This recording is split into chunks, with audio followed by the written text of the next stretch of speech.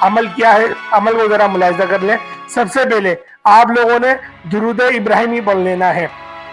اللہم صلی علی محمد وعلی آل محمد کما صلیت علی ابراہیم وعلی آل ابراہیم انک حمید مجید۔ اللہم بارک علی محمد وعلی آل محمد کما بارکت علی ابراہیم وعلی آل ابراہیم انک حمید مجید۔ یہ درود ابراہیمی نماز والا درود ہی آپ لوگوں نے اس وظیفے میں پڑھنا ہے، اور کم سے کم آپ لوگوں نے 11 بار پڑھنا ہے۔ زیادہ سے زیادہ 21 بار بھی آپ لوگ پڑھ سکتے ہیں، لیکن 11 بار آپ لوگوں نے اس خاص عمل کے لیے پڑھنا ہے۔ تو لہٰذا سب سے پہلے آپ لوگوں نے اعوذ باللہ اور بسم اللہ پڑھ لینی ہے، پھر آپ لوگوں نے 11 بار درود ابراہیمی پڑھنا ہے، اور یہ عمل آپ نے ایک ہی بار کرنا ہے۔ لہٰذا آپ لوگوں نے اس عمل کو، اس وظیفے کو ایک اچھے انداز میں اور خاص طریقے سے اہتمام کے ساتھ کرنا ہے۔ سب سے پہلے آپ لوگ 11 بار اول اور 11 بار آخر میں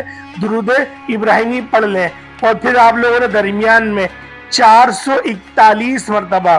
441 ٹائمز آپ لوگوں نے سورۃ الکوثر پڑھنی ہے۔ لیکن یہ پڑھنی کس طریقے سے ہے، اس کو ذرا اچھی طریقے سے ملاحظہ کر لیں۔ ایک تالا آپ کے پاس موجود ہونا چاہیے، تالا تھوڑا بڑے سائز کا ہونا چاہیے۔ آپ نے سورۃ الکوثر اس طریقے سے پڑھنی ہے کہ سب سے پہلے آپ لوگ 111 مرتبہ سورۃ الکوثر پڑھیں گے اور اس تالے کو بند کر دیں گے، اور اس تصور کے ساتھ بند کریں گے کہ آپ کی ہر بندش، آپ کی جتنی بھی مشکلات ہیں، جتنے لوگوں نے آپ پر جادو کروایا ہے، جو بھی آپ کی بندش تھی، وہ ساری اس تالے میں بند ہو گئی ہے۔ اس کے بعد آپ نے دوبارہ تالے کو کھول دینا ہے، اور پھر آپ لوگ جب 111 مرتبہ پڑھ لیں گے، یعنی کہ اس کی تعداد 111 آپ لوگوں نے اور پڑھ لینی ہے، اور جب 222 کی اس کی تعداد ہو جائے، پھر آپ لوگوں نے تالے کو بند کر دینا ہے، اور تصور یہ کرنا ہے کہ میری جتنی بھی بدقسمتی تھی،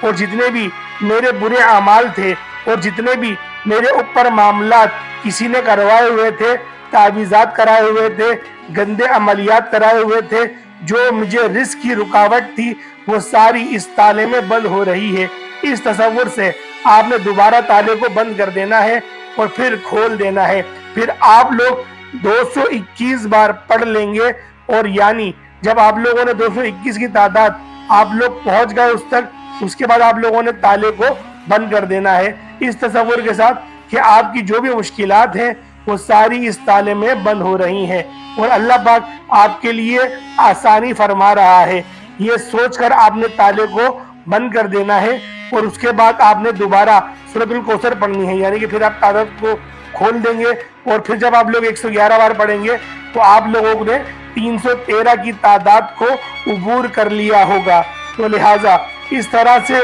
آپ لوگ پھر دوبارہ آپ لوگ پڑھیں گے سورۃ الکوثر، اور اس کی باقی کی تعداد کو مکمل کریں گے، اور آپ لوگوں نے یہی تصور کرنا ہے کہ اللہ پاک جو آپ سے ناراض تھا، اللہ پاک بھی آپ سے اب راضی ہو گیا ہے، اور اللہ پاک نے آپ کی قسمت کو سنوارنا شروع کر دیا ہے۔ آپ کی جتنے بھی دکھ درد تکلیف تھے، میرے اللہ نے اپنے شان خدائی کے صدقے ان سب کو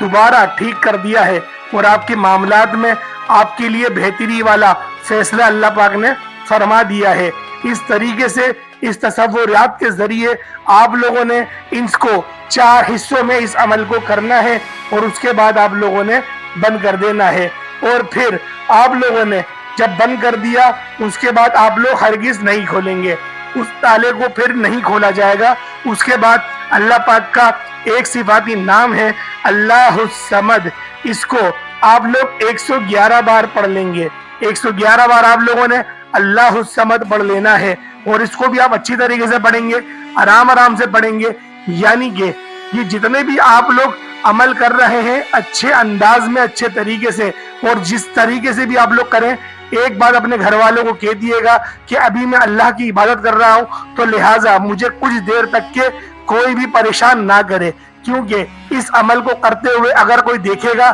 یا آپ کو پریشان کرے گا یا ڈسٹرب کرے گا، تو میرے بھائیوں اس عمل کی جو طاقت ہے، جو تاثیر ہے، وہ کم ہو جائے گی۔ تو لہٰذا اس عمل کو کرنے کا کوئی وقت متعین نہیں ہے، لیکن رات کے وقت کریں گے تو زیادہ بہتر ہے، یا ظہر کے وقت کریں گے جب سورج اپنے جوبن پر ہوتا ہے، آسمان کی بلندیوں پر ہوتا ہے، بالکل کھڑا ہوا ہوتا ہے، اس وقت کریں گے تو وہ اور بھی زیادہ بہتر وقت ہے۔ تو لہٰذا جو دو وقت ہیں بہتر والے وہ میں نے دونوں آپ کو بتا دیے ہیں، تو لہٰذا آپ دونوں میں سے کوئی سی وقت اس عمل کو کر سکتے ہیں۔ تو میرے بھائیوں، امید کرتا ہوں کہ آج کی یہ ویڈیو آپ کو بہت زیادہ اچھی لگی ہوگی۔ اگر کوئی بات آپ لوگ بھول گئے تو دوبارہ پیچھے جائیں، آپ ویڈیو سنیں اور پینسل سے اپنے پاس اس کو نوٹ فرما لیں، تاکہ آپ لوگ جب بھی یہ عمل کرنے بیٹھیں تو پھر آپ لوگ ویڈیو میری کہاں ڈھونڈتے پھریں گے۔ تو میرے بھائیوں، امید کرتا ہوں آج کی ویڈیو اچھی لگی ہوگی۔ السلام علیکم ورحمۃ اللہ وبرکاتہ۔